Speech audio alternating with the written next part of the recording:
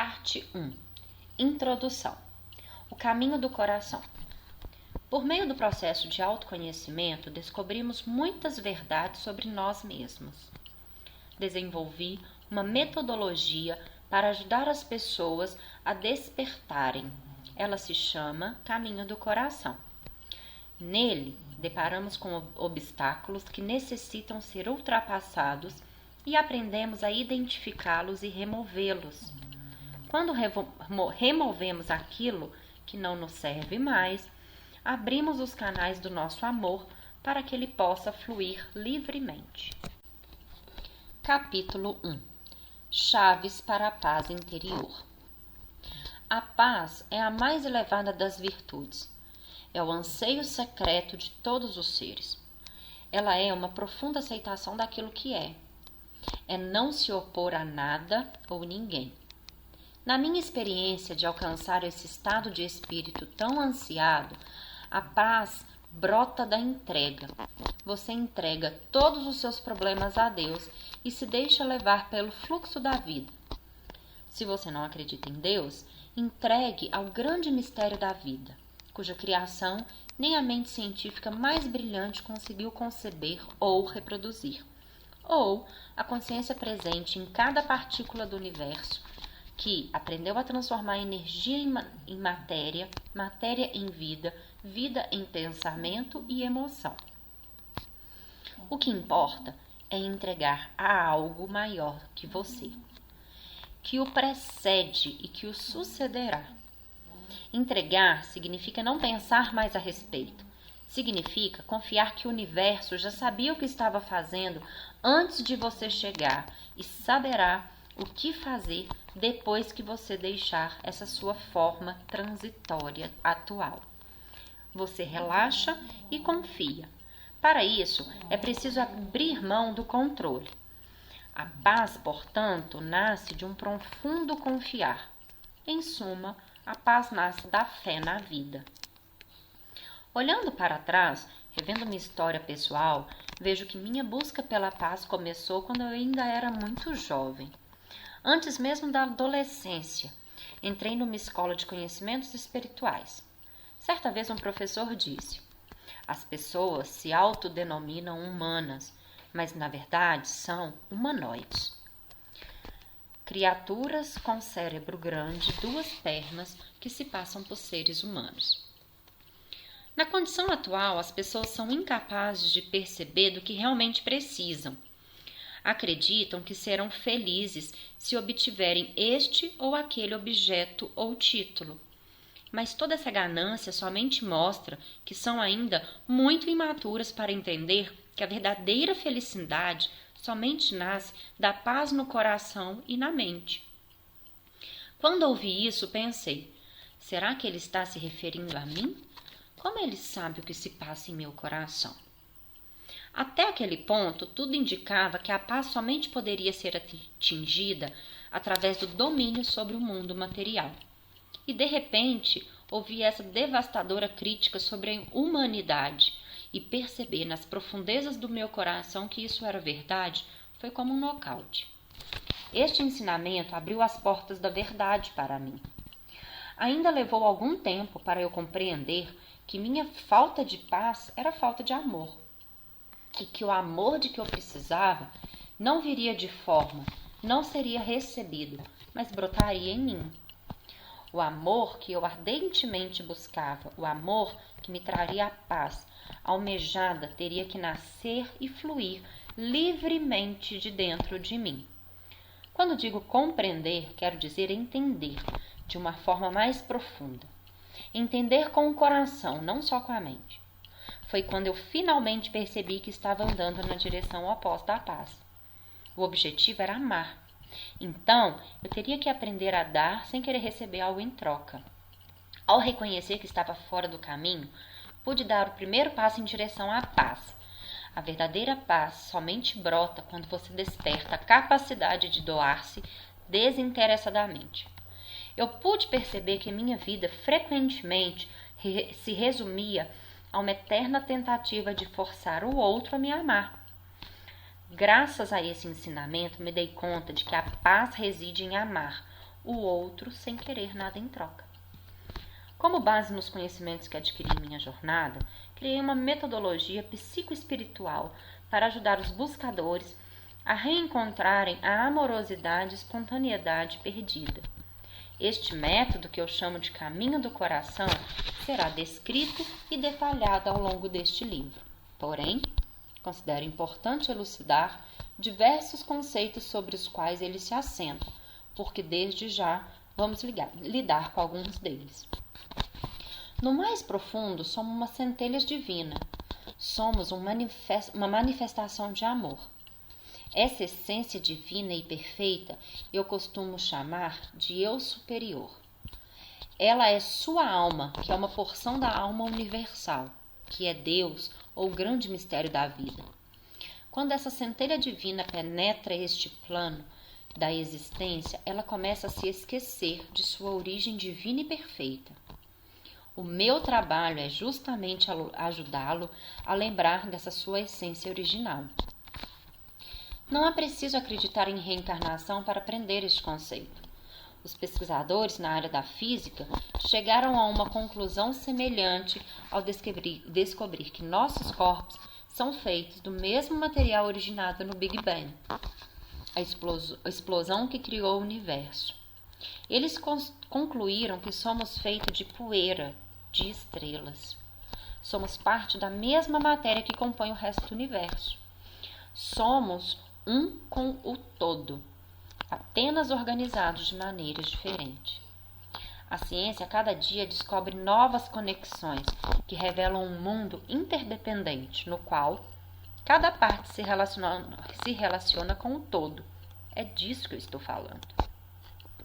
Assim, iniciamos uma experiência terrena na qual somos submetidos a situações que nos levam ao aprendizado de que necessitamos. Durante essa trajetória, e principalmente na infância, a entidade humana em evolução passa por choques que podem se transformar em traumas. Esses traumas se traduzem em bloqueios que costumo chamar de nãos para a vida. Isso ocorre por meio de um mecanismo de associação que liga a experiência da vida atual a imagens do passado. Sem ter consciência disso, a entidade sente aversão por determinadas situações e pessoas, mas não compreende o porquê.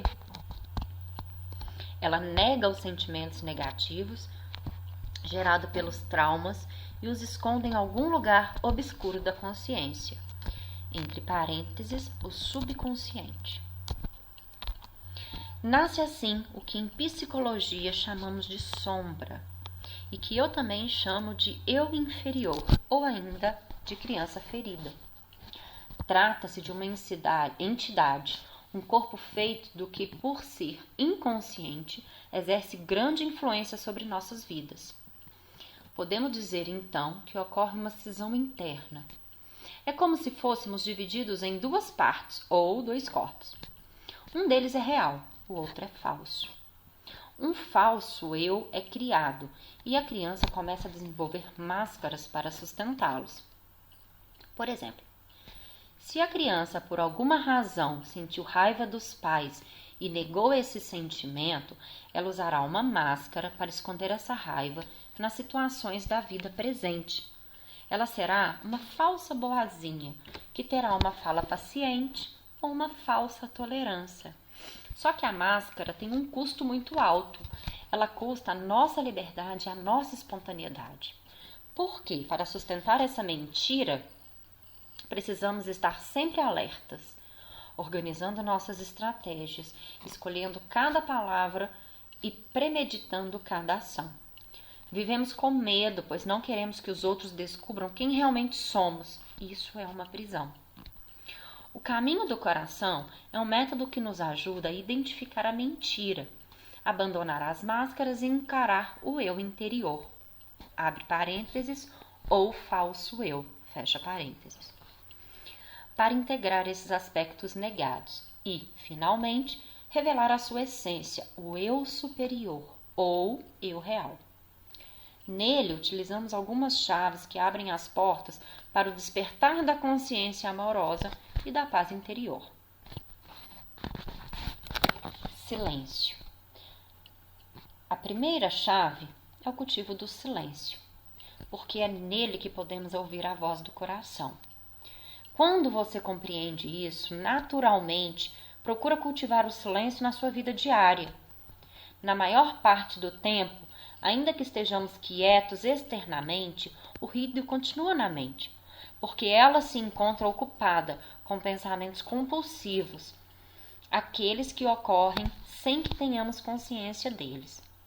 O ser humano pensa compulsivamente e, com isso, não é possível obter silêncio. Vamos nos aprofundar nestes aspectos mais à frente neste estudo, mas já adianto.